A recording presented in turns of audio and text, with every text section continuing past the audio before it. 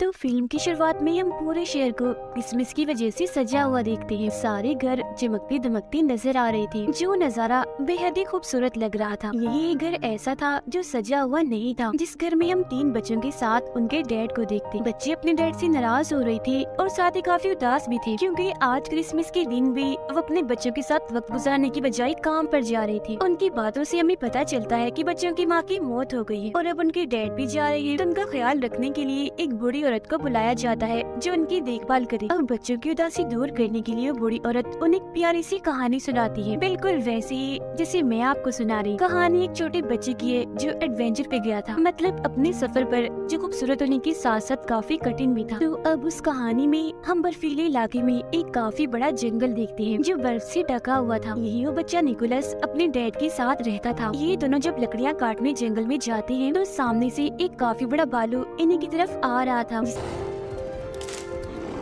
देखकर ये दोनों काफी डर जाते हैं और भागकर वापस अपने घर आ जाते हैं। यहाँ हमें पता चलता है कि निकोलस ने अपनी मॉम को बचपन में ही खो दिया था। साथ ही उनकी माली हालत भी काफी खराब थी। वो काफी गरीब थे, क्योंकि ना तो उनके पास खाने के लिए ज्यादा सामान है और ना ही पैसे कमाने का कोई जरिया है। एक रात निकोलस अपने डैड को कहता है, चलिए पापा आज मुझे कोई कहानी सुनाए, जो बहुत मजे की। तब उसके डैड उसे उसकी मॉम की ही कहानी सुनाती है कि काफी सालों पहले तुम्हारी मॉम ने इन बर्फीली चोटियों को पार किया। वहाँ 2 सोते हुए मॉन्स्टर थे जो दरअसल पहाड़ी थे। तुम्हारी मॉम उनके बीच से निकलकर दूसरी तरफ गई, जहाँ एक अलग ही नस्ल के लोग रहते हैं जिन्हें एल्व्स कहा जाता है, और वो एल्व्स का गांव था जिसका नाम एल्फेम था। एल्व्स दरअसल होती तो इंसान ही है, बस उनकी शक्ल सूरत थोड़ी सी अलग होती है, मतलब उनके कान थोड़े से नुकीले और लंबे होते हैं। वो एल्व्स लोग कोई आम नहीं थे, बल्कि उनके पास जादुई शक्तियाँ थी। उन्होंने तुम्हारी मॉम के साथ काफी अच्छा बर्ताव किया, काफी अच्छे से उनका वेलकम किया। और फिर जब तुम्हारी मॉम वापस लौटी तो उनके पास बहुत सारी चॉकलेट्स और खिलौने थे जो आसपास के लोगों में हमने बांट दिए, जिससे हर तरफ खुशियाँ फैल गई। इसी दौरान उन्हें कमरे में किसी जानवर की होने का एहसास होता है। तब उसके डैड उस जानवर को मारने के लिए कुल्हाड़ी उठाकर उसे ढूंढने लगते हैं, मगर देखते हैं कि वो जानवर तो एक छोटा सा चूहा है, जिसे मारने की उसके डैड बहुत कोशिश करते हैं, मगर हर बार वो बचता रहता है। जिसके बाद वो चूहे को निकोलस के कहने पर छोड़ देती, क्योंकि वो छोटा सा चूहा उसे बहुत ही प्यारा लग रहा था और वो उसके साथ दोस्ती करना चाहता था। फिर अगली सुबह निकोलस उसका नाम भी रख देता है। वो उससे बात करने की कोशिश करता है और चूहे को भी कहता है कि तुम भी बोलो, जिस पर उसके डैड कहते हैं, बेटा चूहे नहीं बोल सकते। जिसके बाद दोनों बाप बेटी राजा के महल में जाते हैं, क्योंकि आज उन्होंने अपने गांव के रहने वाले हर इंसान को बुलाया था।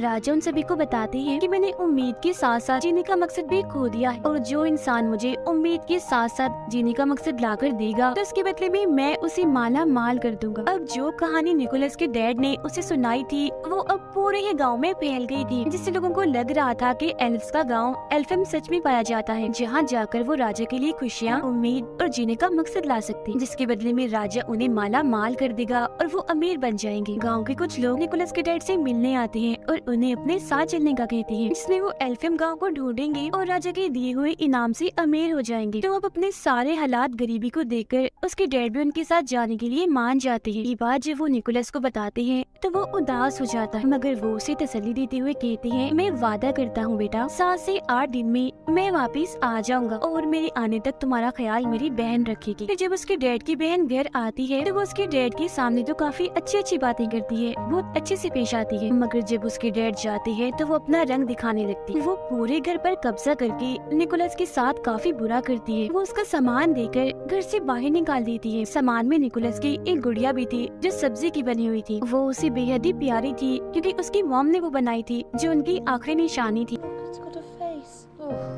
बाहर आने के बाद निकोलस अपने लिए एक टेंट लगाता है और अपने चूहे दोस्त के साथ रात बाहर ही गुजारता है। अब काफी दिन हो गई थी, मगर अभी तक उसके डैड वापस नहीं आए थे, जिससे वो भी अब अपने डैड के वापस आने की उम्मीद खो चुका था। उसे लग रहा था कि कहीं उसके डैड के साथ कुछ हो ना गया हो। अब खाने की तंगी तो उन्हें पहले से ही थी, मगर एक दिन उसके डैड की बहन उसे काफी मजेदार सूप बना के देती है, जिसे काफी मजे लेकर निकोलस पीता भी है। मगर तभी वो बताती है कि ये सूप मैंने तुम्हारी गुड़िया से बनाया, जिस सुन उसे काफी गुस्सा आ गया था, इसलिए वो उस पर चिल्लाने लगता है।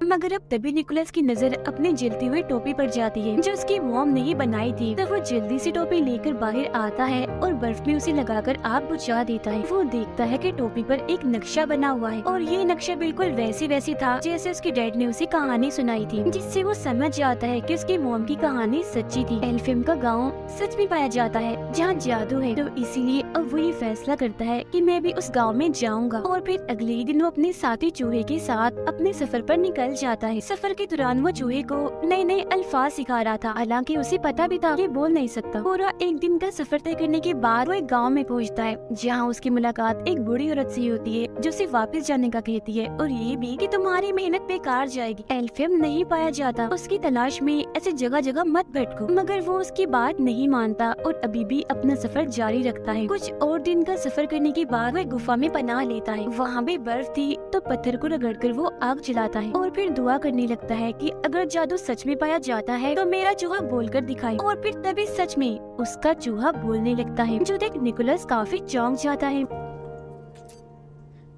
Boy, tree, ball. वो हैरान तो था ही, मगर अब उसका जादू पर पक्का यकीन बन गया था। और अब तो उसका चूहा दोस्त इतना बोल रहा था कि उसे सफर में अकेलापन महसूस नहीं हो रहा था। फिर जब ये लोग जंगल में से गुजर रही थी तो एक 12 सिंगा हिरन इन पर हमला कर देती है। तब उससे बचने के लिए निकोलस जल्दी से पेड़ पर चढ़ जाता है और ऊपर से देखता है कि उस हिरन के अंदर तो एक तीर घुसा हुआ है। जब भी तो वो इतनी बेचैन है, इसीलिए वो फौरन पेड़ से नीचे उतरकर हिरन के पास आता है। पहले वो उसे प्यार करता है और फिर उसके अंदर घुसा तीर निकाल देता है, जिससे उस हिरन को सुकून की सांस आती है, क्योंकि पहले उसे काफी दर्द हो रही थी। क्योंकि निकोलस ने उसकी जान बचाई थी तो हिरन उसे प्यार से देखती है, जिसके बाद वो यहाँ से जाने लगता है। मगर काफी आगे जाने के बाद वो देखता है कि हिरन भी उसके पीछे पीछे आ रही है। तब निकोलस उसे अपने साथ आने से मना कर देता है, कहता है मैं सिर्फ ये जानता हूँ कि मेरी मंजिल कहाँ है, मगर वहाँ जाने तक कितना वक्त लग जाएगा ये मैं नहीं जानता। तो अगर तुम हमारे साथ आओगी तो भूख से मारी जाओ। मगर वो हिरन खाने की नहीं बल्कि प्यार की भूखी थी, इसीलिए अभी भी वो उसका पीछे नहीं छोड़ती। निकोलस उसे अपने ग्रुप में शामिल करके अपनी मर्जी से उसका नाम रख देता है। वो नाम एक जगह का था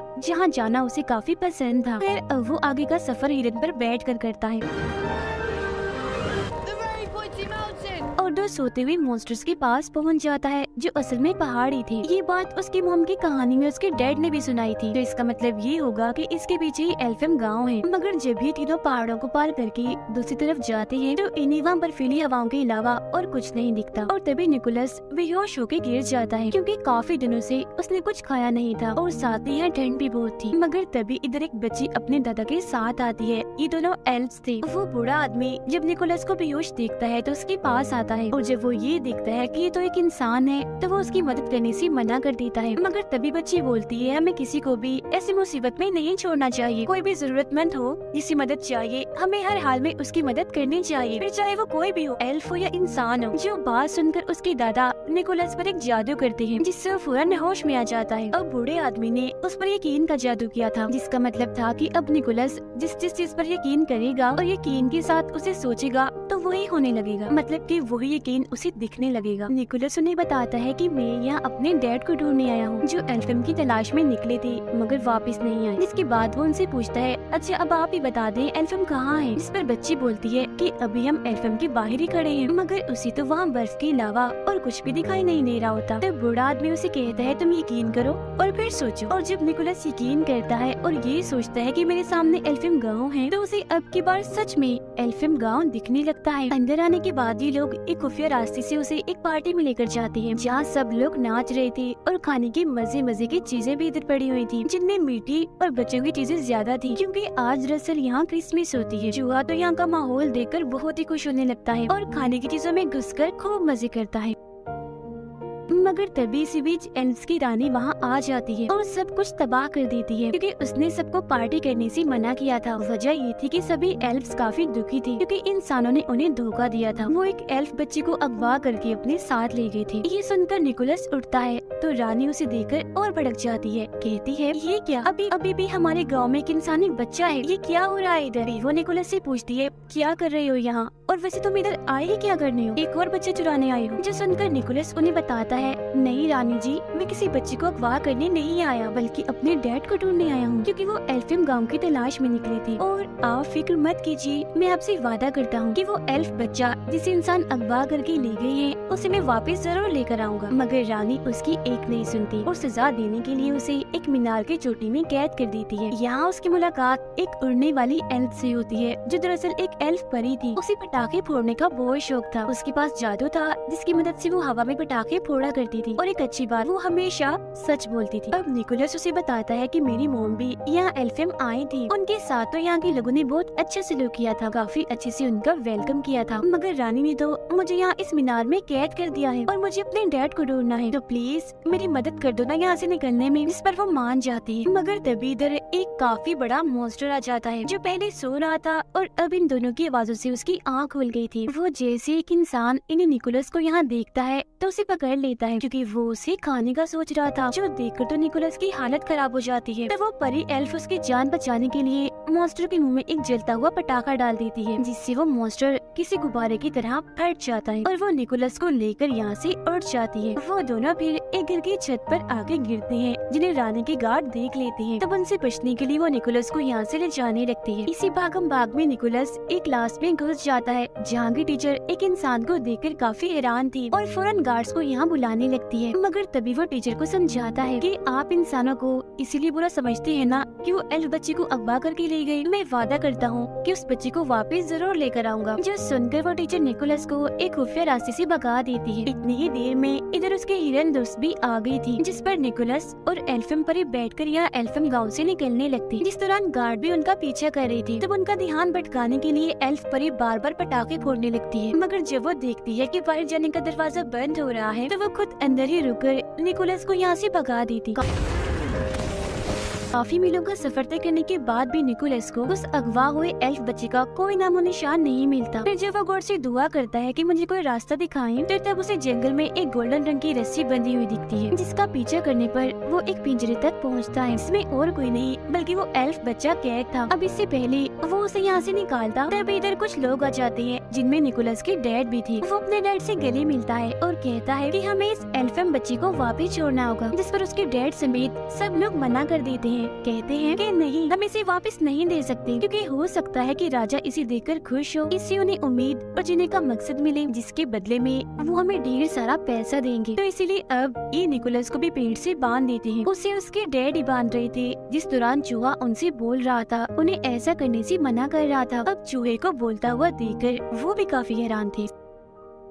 सबके सोने के बाद उसके डैड उसके पास आते हैं और वो निकोलस के साथ साथ उस एल्फ बच्चे को भी पिंजरे से आजाद कर देते हैं और बताते हैं कि उन सबके सामने मैं तुम्हारी मदद नहीं कर सकता था, इसीलिए मैंने तुम्हें बांध दिया था। अब इससे पहले वो यहाँ से निकलते सारे लोग जाग जाते हैं और तीरों से उन पर हमला कर देते हैं। अब हिरन के ऊपर निकोलस और वो एल्फ बच्चा बैठा हुआ था। हिरन के पीछे एक बग्गी बंधी हुई थी, जिसमें उसके डैड बैठे हुए थे, जिस वजह से हिरन तेजी से नहीं दौड़ पा रही थी। तभी निकोलस को याद आता है कि मुझ पर तो यकीन का जादू हुआ है, यानी मैं जो भी यकीन करके सोचूंगा वो पूरा हो जाएगा। तो वो हिरन पर हाथ रखकर उसे उड़ने का कहता है। हिरन थोड़ा सा ऊपर उड़ती तो है, मगर वजन ज्यादा होने की वजह से वो काफी ऊपर नहीं उड़ पाती और वापस से नीचे आ जाती। ये देखकर उसके डैड अपने बेटे निकोलस की जान बचाने के लिए अपनी बग्गी की रस्सी काट देते हैं और जाकर एक खाई में गिरते हैं, जिससे उनकी मौत हो जाती है, जो देख उसे काफी दुख होता है। इसके बाद हिरन निकोलस और अगवा हुए एल्फ बच्चे को एल्फिम पहुंचा देती है। अब क्योंकि निकोलस ने अपना वादा पूरा कर दिया था, यानी उस बच्चे को वापस लाने का,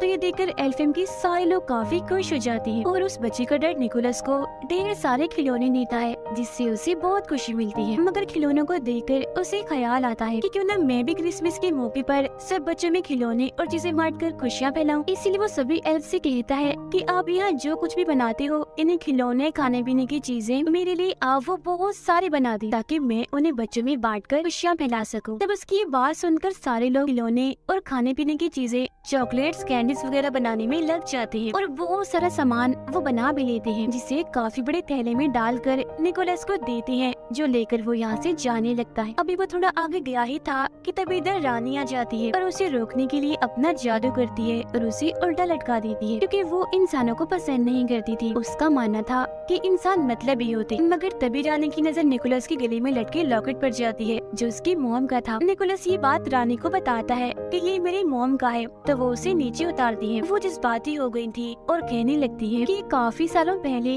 तुम्हारी मॉम इधर आए थे, हम दोनों बहुत अच्छी दोस्तें थी, मगर जब वो यहाँ से गई तो बहुत सारे खिलौने और चॉकलेट्स लेकर गई। साथ ही जाने से पहले उन्होंने ये वादा किया था कि मैं वापस आपसे मिलने आती रहा करूंगी, मगर आज काफी साल हो गए हैं, वो कभी भी नहीं आई। जिस पर निकोलस बताता है कि वो आती जरूर, मगर जब मेरी मॉम यहाँ से गई, एक बीमारी की वजह से उनकी मौत हो गई। ये सुनकर रानी समेत सभी लोग काफी हैरान और दुखी हो गए थे। रानी को यकीन आ गया था कि सब इंसान एक जैसे नहीं होते, मतलब अगर इंसान बुरे होते हैं तो उनमें से कुछ अच्छे भी होते, इसीलिए वो उसे तोहफे से भरा हुआ थैला ले जाने देती है। निकोलस चीजों से भरा थैला लेकर हिरन पर बैठता है और उड़ जाता है और सीधा आता है राजा के महल में, जहाँ राजा काफी उदास थे। वो राजा को खिलौनों की सूरत में खुशी और उम्मीद की किरण दिखाता है, जिसके बाद राजा और निकोलस हिरन पर बैठकर सब बच्चों के घर जाते हैं और उनके पास खिलौने और चॉकलेट्स, कैंडीज रखते हैं, क्योंकि जब बच्चे सुबह उठकर अपने खिलौने देखकर खुश होंगे तो बच्चों की वो खुशी ही राजा के लिए उम्मीद की किरण होगी। सब बच्चों को खिलौने बांटने के बाद राजा निकोलस से कहते हैं कि मेरे लिए काम करोगे, हर साल ऐसे तुम्हें खिलौनों की सूरत में बच्चों को खुशियाँ और उम्मीद देनी होगी, और इस काम में मैं भी तुम्हारा साथ दूंगा। और साल का वो दिन होगा क्रिसमस का दिन,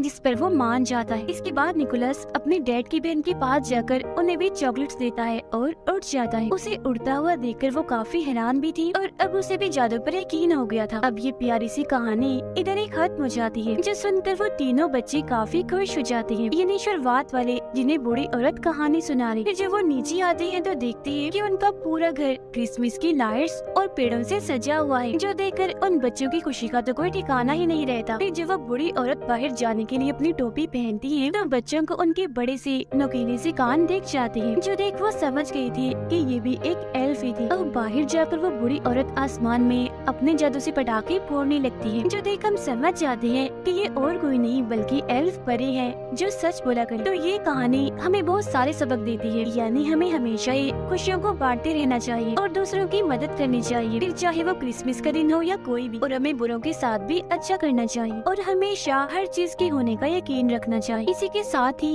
ये प्यारी सी कहानी इधर ही खत्म हो जाती है।